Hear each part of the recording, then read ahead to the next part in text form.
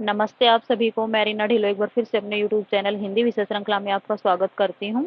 आज हम पढ़ने वाले हैं अनुसंधान की विशेषताएं। तो क्या होगा? वस्तुनिष्ठता सबसे पहले, पूर्वाग्रह से मुक्त, विश्वसनीयता, स्थिर परिणाम, निश्चयात्मकता, प्रक्रिया और परिणाम नियोजित, वैधता, त्रुटि मुक्त, त्रुटि मतलब गलती, भूल, गलतियों से मुक्त। ये त्रुटि कैसी भी हो सकती है भाई, आंतरिक भी बाह्य भी, और शुद्धता पर बल दिया जाता है, सामान्यकरण किया जाता है। अनुभवात्मक अवलोकन पर आधारित है। कार्य कारण संबंध की महत्ता है, जो कुछ हो रहा है उसके पीछे क्या कारण है ये भी इसमें जान लिया जाता है। अनुसंधान चक्रीय होता है, मतलब निरंतर चलता रहता है, कि एक समस्या खत्म हुई नहीं कि दूसरी शुरू हो जाती है। तो ये अनुसंधान क्या होता है? चक्रीय है। तार्किक, कि आगमन व निगमन का महत्व है। ठीक है। अब इसके अंतर्गत जो हमारे कुछ विद्वान आए हैं उन्होंने कुछ ज्ञान दिया है, वो भी जान लेते हैं, क्योंकि पेपर में अक्सर पूछ लिया जाता है कि डेल का जो अनुभव त्रिकोण है उसमें क्या कहा जाता है कि जो हम पढ़ते हैं उसका हमें 10% याद रहता है, जो हम सुनते हैं उसका 20 रहता है। ठीक है, जो सुनते हैं उसका 20 रहता है, जो हम कहते हैं और लिखते हैं उसका हमें 50% याद रहता है, और जो हम करते हैं, ठीक है, जो हम करके और फिर लिखते हैं उसका हमें 90% याद रहता है। ब्लूम द्वारा शिक्षण एवं निर्देशात्मक उद्देश्य है। तो ये तीन आधारों पर है: ज्ञानात्मक, भावात्मक और मनोसंचालित। प्रोफेसर आर ए फिशर ने परिकल्पना या उपकल्पना का परीक्षण किया था।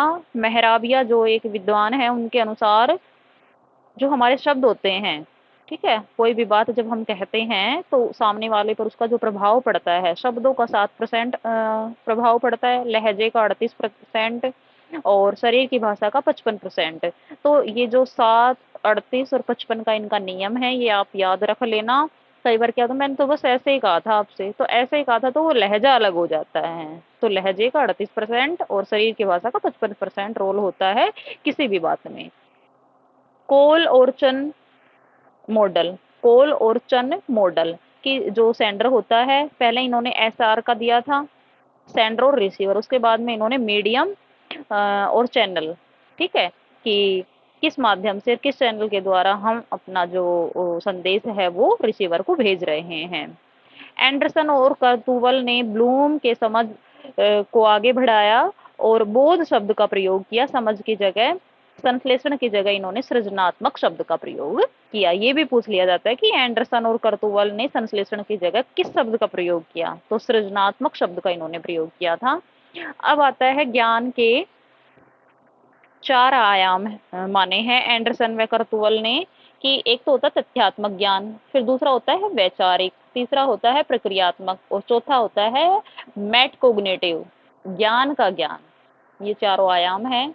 गैगने की पुस्तक द कंडीशन ऑफ लर्निंग में सीखने के 8 प्रकारों का उल्लेख है, कि सबसे पहले तो समस्या और लास्ट में हमें अपने जो हमने क्या सीखा है सबसे नीचे, वो सांकेतिक सीखना हमें लिखना होता है।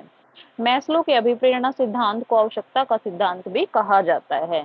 ये भी पेपर में पूछा गया था 2004 में। तो मैंने इसको भी यहाँ लिख दिया है, जो कुछ भी मेरे पास आता है मैं उसको लिखती चली जाती हूँ ताकि आप उससे अनभिज्ञ ना रहें। ठीक है। और वीडियो के अंत में एक बात कहना चाहूंगी कि यदि आपको नोट्स चाहिए तो आप कमेंट कर सकते हैं, आपको इनकी पीडीएफ है वो मिल जाएगी। अभी मैं करवा रही हूँ, जब ये सारे हो जाएंगे तो एक साथ भेज दूंगी। अभी जितनी करवाई हैं उन तक मैं भेज सकती हूँ यहाँ तक, क्योंकि फिर अगला हमारा जो आईसीटी का चैप्टर है वो शुरू हो जाएगा, संचार का। ये मैं अगली वीडियो में करवाऊंगी। ठीक है, तब तक के लिए धन्यवाद।